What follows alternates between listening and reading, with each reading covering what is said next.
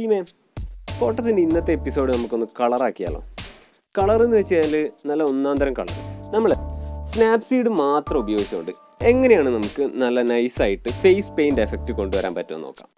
ഫോട്ടോത്തിൻ്റെ പുതിയ വീഡിയോകൾക്കും അപ്ഡേറ്റുകൾക്കും വേണ്ടിയിട്ട് channel subscribe ചെയ്തിട്ട് ബെൽ ഐക്കൺ ക്ലിക്ക് ചെയ്യാൻ വേണ്ടിയിട്ട് മറക്കരുത്. അപ്പോൾ നമുക്ക് കാര്യപരിപാടിയിലോട്ട് കിടക്കാം. നമ്മൾ സ്നാപ്സീഡ് ഓപ്പൺ ആക്കുക, പ്ലസ് ബട്ടൺ ക്ലിക്ക് ചെയ്ത് നമുക്ക് വേണ്ടതായിട്ടുള്ള ഇമേജിനെ ഇതിലോട്ട് ഇൻസേർട്ട് ചെയ്യാം. ഓക്കെ, സോ ഞാനിന്ന് എഡിറ്റ് ചെയ്യാൻ പോകുന്ന ചിത്രം ഇതാണ്. സ്നാപ്സീഡിൽ ഒരു ചിത്രത്തിൻ്റെ കളർ ടോൺ കംപ്ലീറ്റ് ആയിട്ട് മാറ്റാൻ നമുക്ക് രണ്ട് ഓപ്ഷൻസ് ആണുള്ളത്. ഒന്ന്, നമുക്ക് കേർവ്സ് അഡ്ജസ്റ്റ് ചെയ്തിട്ട് അതിൻ്റെ കൃത്യമായിട്ട് ഒരു കളർ ടോൺ സെറ്റ് ചെയ്യാം. അല്ലെങ്കിൽ നമുക്ക് കളർ ടെമ്പറേച്ചർ അഡ്ജസ്റ്റ് ചെയ്തിട്ട് ആ ചിത്രത്തിൻ്റെ കളർ കംപ്ലീറ്റ് ആയിട്ട് നമുക്ക് മാറ്റാം. ഈ രണ്ട് മെത്തേഡാണ് ഞാൻ ഇന്നത്തെ എഡിറ്റിങ്ങിന് യൂസ് ചെയ്യുന്നത്. സോ ഇതിന് വേണ്ടിയിട്ട് നമുക്ക് ടൂൾസിൽ പോവാം, എന്നിട്ട് കേർവ്സ് ചൂസ് ചെയ്യാം. സോ കേർവ്സ് ചൂസ് ചെയ്താൽ താഴെ നോക്കിയാൽ ഫസ്റ്റ് ഐക്കൺ കാണാം. അതിൽ RGB ഉണ്ട്, റെഡ്, ഗ്രീൻ, ബ്ലൂ ലൂമിനൻസ് ചെയ്യുന്നത്. അതിൽ റെഡും ഗ്രീനും ബ്ലൂ ആണ് നമ്മൾ ഇന്നത്തെ എഡിറ്റിൽ നമ്മൾ യൂസ് ചെയ്യുന്നത്. ഓക്കെ, നമുക്കിനി റെഡ് ചൂസ് ചെയ്യാം. റെഡ് ചൂസ് ചെയ്തിട്ട് ഇതിനെ മേളിലോട്ടാക്കുമ്പം കൂടുതൽ റെഡ് ആകും, താഴോട്ടാക്കുമ്പം അതിൻ്റെ കളർ ചേഞ്ച് ചെയ്യുന്നത് നമുക്ക് കാണാം. സോ ഇത്തരത്തിൽ നമുക്ക് കേർവ്സിനെ ചേഞ്ച് ചെയ്തിട്ട് ഈ ചിത്രത്തിൻ്റെ കളർ കംപ്ലീറ്റ് ആയിട്ട് മാറ്റാം. ഇത്തരത്തിലുള്ള ഒരു കളർ ടോൺ ആണ് ഞാൻ ഇനീഷ്യലി സെറ്റ് ചെയ്യുന്നത്. ഇനി നമുക്ക് ഓക്കെ കൊടുക്കാം. ഡൺ. സോ പക്ഷേ ഈ കളർ എനിക്ക് കംപ്ലീറ്റ് ആയിട്ട് ഇമേജിൽ വേണ്ട, എനിക്കൊരു പോർഷനിൽ മാത്രം കളർ ചെയ്താൽ മതി. സോ നമ്മൾ ഇത് മാസ്കിങ് എഫക്റ്റ് യൂസ് ചെയ്തിട്ട് നമ്മൾ ഇതിനെ കളർ ചെയ്യാൻ പോവാം. അപ്പോൾ നമുക്ക് ടോപ്പിൽ പോയിട്ട് ഈ ബട്ടണിൽ ക്ലിക്ക് ചെയ്ത് കഴിഞ്ഞാൽ വ്യൂ എഡിറ്റ്സ് കാണാം. വ്യൂ എഡിറ്റ്സ് ക്ലിക്ക് ചെയ്യുമ്പോൾ കേർവ്സ് കാണാം. കേർവ്സ് ക്ലിക്ക് ചെയ്തിട്ട് ബ്രഷ് ചൂസ് ചെയ്യാം. എന്നിട്ട് നമുക്ക് ഈ ചിത്രത്തിൽ ഏത് ഏരിയയിലാണോ ഈ എഫക്റ്റ് വേണ്ടത് അവിടെ മാത്രം നമുക്ക് കൃത്യമായിട്ട് ഈ കളർ പെയിൻറ് ചെയ്തെടുക്കാം. സോ നമുക്ക് ചിത്രത്തിനെ സൂം ചെയ്യാം. എന്നിട്ട് നമുക്ക് വേണ്ട രീതിയിൽ എവിടെയാണെന്ന് വെച്ച് കഴിഞ്ഞാൽ ആ കളർ നമുക്ക് ഫേസിൽ പെയിൻറ് ചെയ്യാം.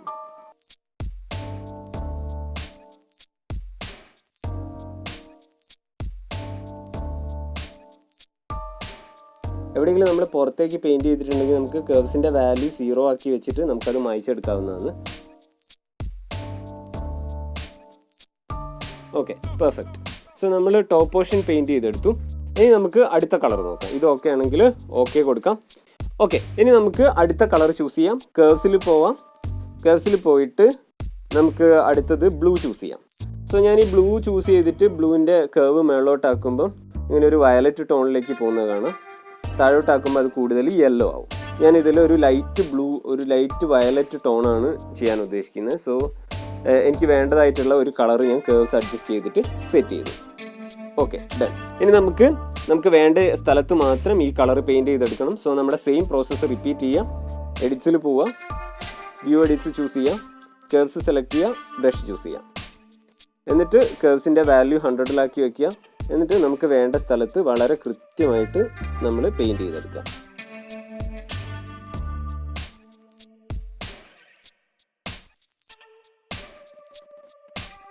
Okay, done.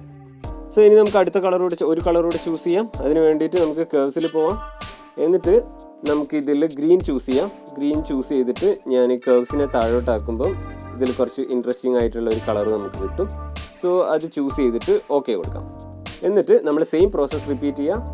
View edits, curves, brush. എന്നിട്ട് നമുക്ക് ചിത്രത്തിനെ സൂം ചെയ്തിട്ട് നമുക്ക് വളരെ കൃത്യമായിട്ട് ആ കളർ പെയിൻറ് ചെയ്തെടുക്കാം.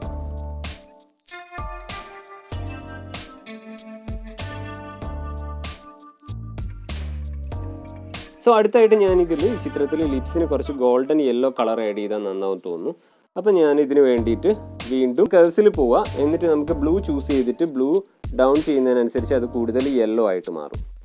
സോ നമുക്ക് വേണ്ടതായിട്ടുള്ള ഒരു കളർ ലെവൽ എത്തിക്കഴിഞ്ഞ് കഴിഞ്ഞാൽ ഓക്കെ കൊടുക്കാം. Okay, done. സോ ഇനി നമുക്ക് സെയിം സ്റ്റെപ്സ് റിപ്പീറ്റ് ചെയ്യാം. എഡിറ്റ്സിൽ പോവാം, വ്യൂ എഡിറ്റ്സ്, ബ്രഷ്.